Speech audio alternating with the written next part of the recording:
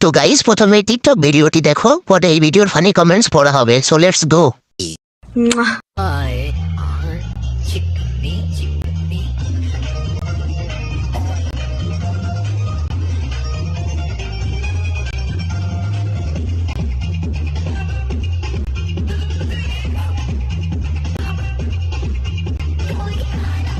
আয়েশ আরাম আর কিচ্ছু লিখে না, চোদন আর খাওন আর কিচ্ছু না। तो चलिए शुरू करते हैं। দুইটা পমপম নিম্নে 12 টন। আমাকে 1 লিটার দিয়ান দই বানাবো। 150 रुपया देगा। দেশের চাহিদা মিটিয়ে বিদেশে রপ্তানি করা যাবে। सही पकड़े हैं। ভাবতে অবাক লাগে, কারো হাত পড়লে আমারটাও বড় হবে। प्यारी समझ गई। এই শীতে এই মালটাকে পাইলে শীত মনে হতো না। বুক তো নয়, কাতারের ফুটবল মাঠ। এই ডাইনামো মেশিনটি স্টার্ট দিতে কয়জন পুরুষ লাগবে জানা থাকলে জানাবেন। বয়ফ্রেন্ড বাসে আসছিল, শাড়ি ব্লাউজ খুলে দিয়ে বললাম যাও সবকিছু তোমার।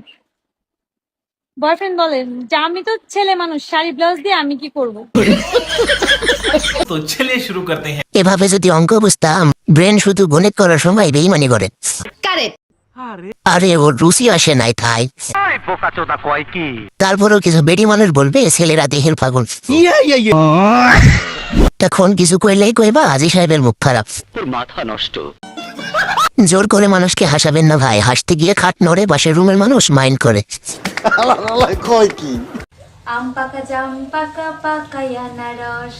আরে কোন পাকা আনারসটা খাবে? একটা গান আছে সেটাই। এদি আসলে একটা মাল রে।